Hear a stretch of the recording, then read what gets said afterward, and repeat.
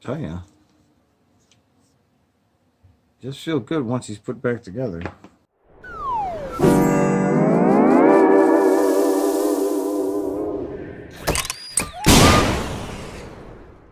Alrighty then. I'm gonna take, I have some spare legs here.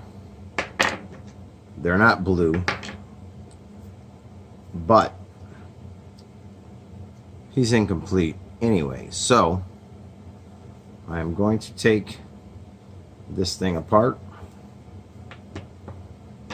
and give it a bath. Try to clean that up as well.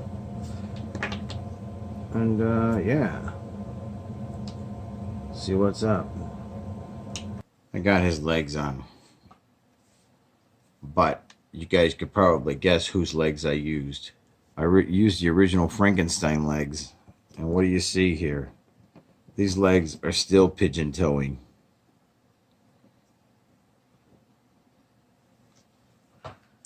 Yeah, I don't get it. Now what I want to try to do is give this a good cleaning. And the figure, so let's do that. So I'm sitting here working on megos this morning, and what I've discovered is working on the vintage female mego is much more difficult than working on the male figures of the mego. And I also mentioned in the past how much I hate wire ties. Well, in this particular instance, this wire tie came in very, very handy. And you can see how I had to use that wire tie to pull this new band through. And so now I can pull that out, leaving my stopper so it doesn't go back down into the neck joint. And now the fun part begins, I guess.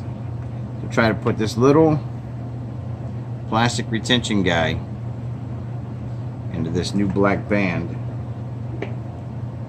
to hold it from going back down into the body. Hopefully this will be easier said than done. I don't know. It seems like that's pretty tight. Now let me see if I can actually get lucky here.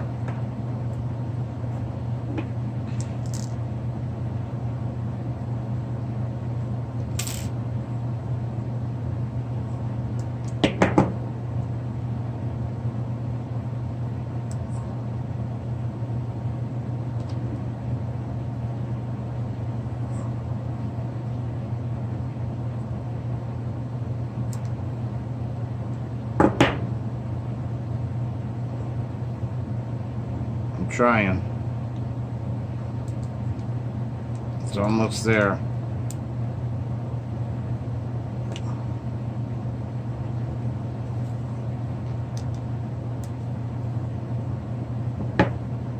So there's what we're looking at right there. Now we have to try to put the head back on. Just so you know, I took Catwoman's clothes off and every one of her bands were broken. The only thing holding her together were her clothes. So, let's see if we can get this guy. And look at that. The Invisible Girl is back together. So yeah, very nice. Hair is pretty fantastic because nobody's ever removed that plastic band, and I was going to remove it after I repaired it, but I see so many of them out there with that thing still on there, so I guess I'm going to leave it on there, you know, because I'm not going to play with her, but she's going to look, man, she's fantastic.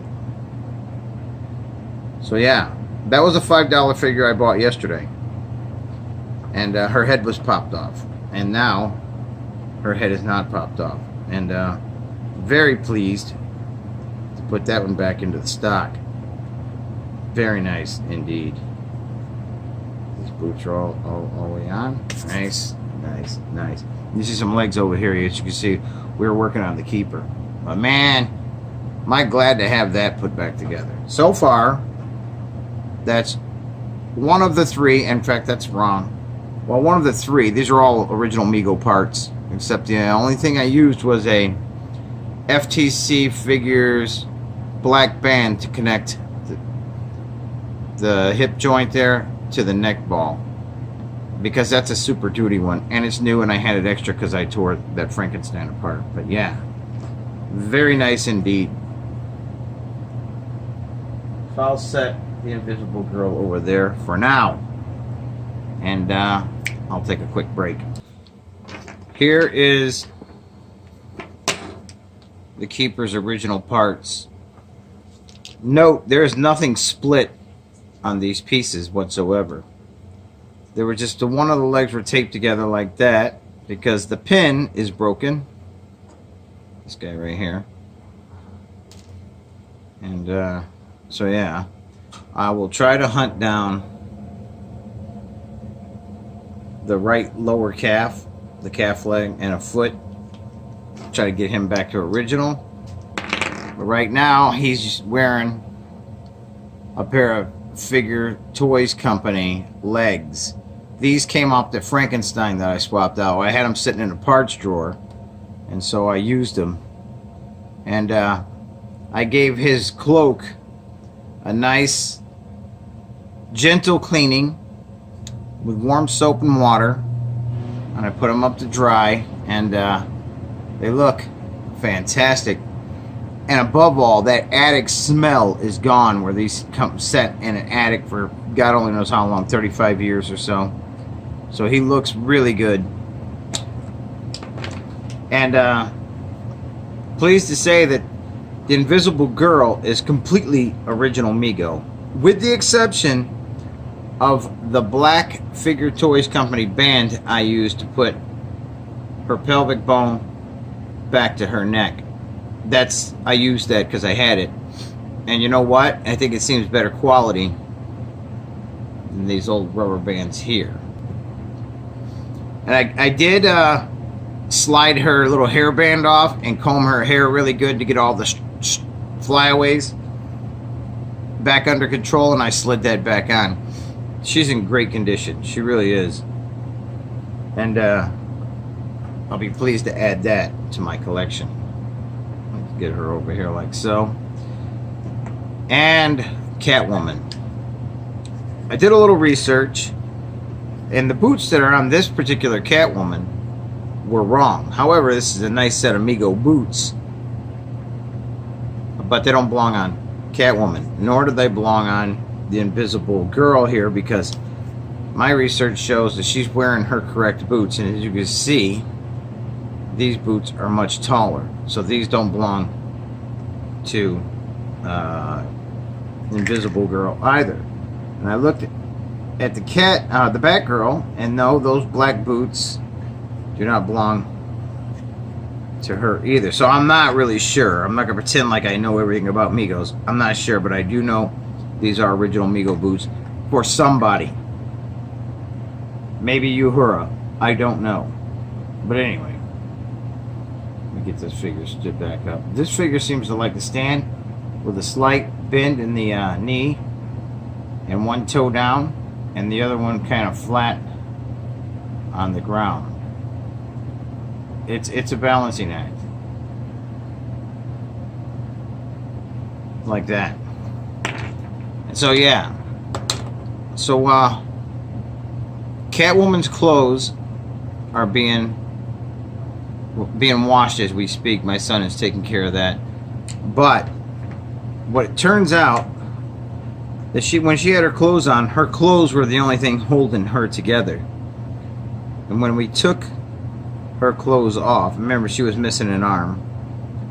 You can see why she lost her arm, because that rubber band broke. When we took her clothes off, we discovered the only thing holding her together were the clothes. But one thing here I need to point out as well is we have all these parts here, is the torso here. This ball, this neck joint here, likes to fall through, which I'm willing to bet that's probably a common problem with the female figure, how this gets opened up, because this is not tainted in any way. This is original form, but you can see around the edges there how white it is. Those are plastic stress marks, which tells me that with new rubber bands, that's always, I mean, it sits fine like that, but if you get a rubber band pulling down, it's gonna pop right down in there like so, just like that, just like it just did. So yeah, maybe a new torso is in order to go with a few other things. Maybe I'll customize this figure, I don't know. So anyway, this is what I've been doing with my Saturday morning, working on megos. And I learned some things. I learned that working on a female figure is actually a little more tedious than working on the male figure of the Mego line. The male figure just seems to be easier to work on. You know, and there's a lot more room inside a Mego male body than there is the female. But man, that is a nice original piece right there. And again, I'm not going to stress about that new rubber band in there, that new banding, black band in there, because let's face it, that's a perishable item. You know, sometimes you got to throw milk out when it expires and get new milk. Same thing here. Doesn't matter. That doesn't affect the originality of it at all, because nobody puts original Mego bands back into an original figure, because the original Mego bands are just as old as the ones that are broken. So yeah, I'll get all this stuff bagged up and start looking for parts to get that done, and I'll be more than happy to add these two to my collection, and I'll wolf out.